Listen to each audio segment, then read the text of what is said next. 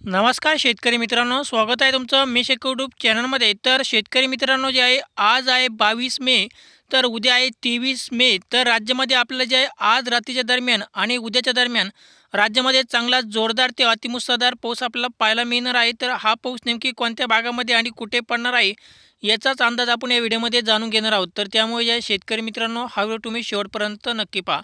तर शेतकरी मित्रांनो जे आहे राज्यामध्ये आज आपल्याला बऱ्याचशा भागात जसं की कोकणपट्टी, पुण्याचा परिसर, मुंबईचा परिसर, नाशिकच्या भागामध्ये आज पावसाने या ठिकाणी जोरदार हजेरी आपल्याला पाहायला मिळालेली आहे. आणि पुढील काही तासामध्ये राज्यामधील जे आहे मराठवाड्यातील बीड जिल्हा, तसेच लातूर जिल्हा, सोलापूर, छत्रपती संभाजीनगर, आल्यानगर आणि कोकणपट्टीमधील कोल्हापूर, सातारा, सांगली, तसेच पुणेचा परिसर, मुंबईचा परिसर, नाशिकचा परिसर, मालेगाव, जळगाव, खामगाव, लोणार, छत्रपती संभाजीनगर आणि बीड जिल्हा आणि लातूर जिल्हा या भागापर्यंतमध्ये जे आपला आज रात्री दरम्यान पुढील काही तासामध्ये जोरदार ते मुसळधार पावसाची शक्यता आपल्याला पाहायला मिळणार आहे. तर शेतकरी मित्रांनो जे आहे राज्यामध्ये जसं की आपण कालच्या व्हिडिओमध्ये सांगितलं होतं की राज्यामध्ये पावसाचा जोर आपला जे आहे आता वाढलेला आहे.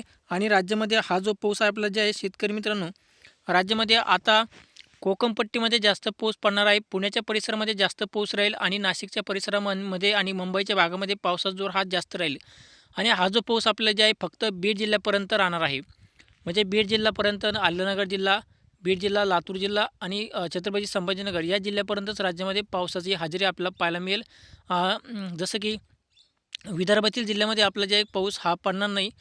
विदर्भातील जिल्ह्यामध्ये हवामान जे आहे कोरडे राहील. फक्त जे आहे हा जो पाऊस पडणार आहे हा पाऊस फक्त कोकणपट्टी आणि जे आहे उत्तर महाराष्ट्र, पश्चिम महाराष्ट्र, सोलापूरचा परिसर आणि काही जे आहे तसेच पश्चिम विदर्भ या परिसरामध्ये आणि मराठवाड्यातील काही भागामध्ये म्हणजे बीड जिल्हा, लातूर जिल्हा आणि छत्रपती संभाजीनगर या जिल्ह्यामध्ये आपल्याला जे आहे फक्त पाऊस हा पडणार आहे. तर आज रात्री सुद्धा आपल्या या भागामध्ये पावसाची शक्यता आपल्याला पाहायला मिळेल. तर आता जे आहे शेतकरी मित्रांनो, उद्या दिनांक आहे 23 मे. तर राज्यामध्ये आपला उद्या 23 तारखेला नेमकी पाऊस कुठे पडणार आहे याचा अंदाज या ठिकाणी जाणून घेऊया.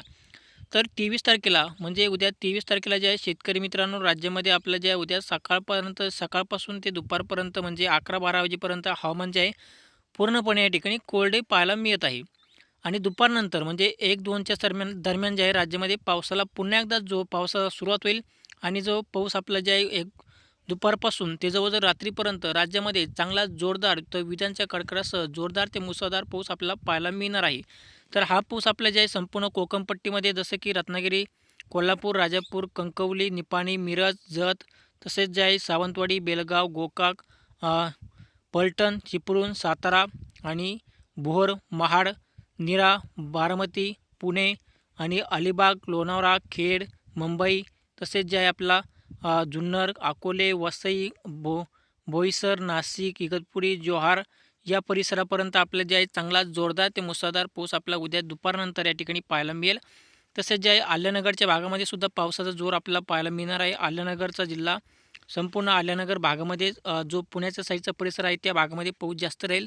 आणि तसंच जे आहे आपला घोडेगाव, शिरूर, श्रीगोंदा, कर्जत, करमाळा, दौंड, केड, बारामती, इंदापूर, पलटण, तसेच बार्शी, तुळजापूर, धाराशिव, मोहार, सोलापूर, पंढरपूर, इचलगाव, सांगोले आणि जे आहे या परिसरामध्ये सुद्धा आपल्या जे आहे उद्या सायंकाळच्या दरम्यान चांगला जोरदार ते मुसळधार पाऊस आपल्याला पाहायला मिळेल.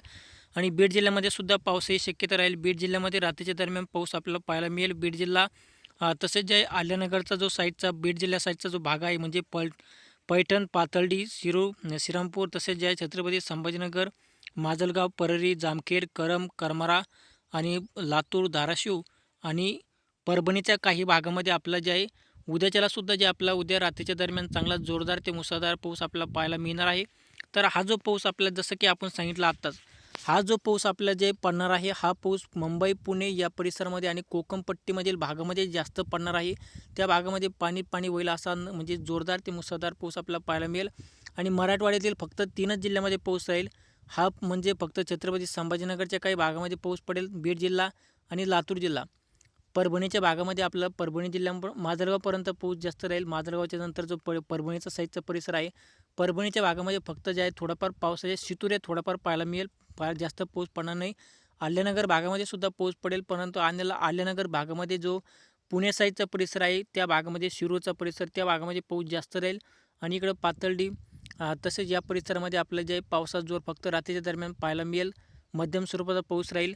तर शेतकरी मित्रांनो जे आहे राज्यामध्ये आपण आता संपूर्ण हवामान अंदाज या ठिकाणी जाणून घेतलेला आहे. तर राज्यामध्ये कुठे कोणत्या भागामध्ये पाऊस पडणार आहे याचा अंदाज या ठिकाणी पाहिलेला आहे.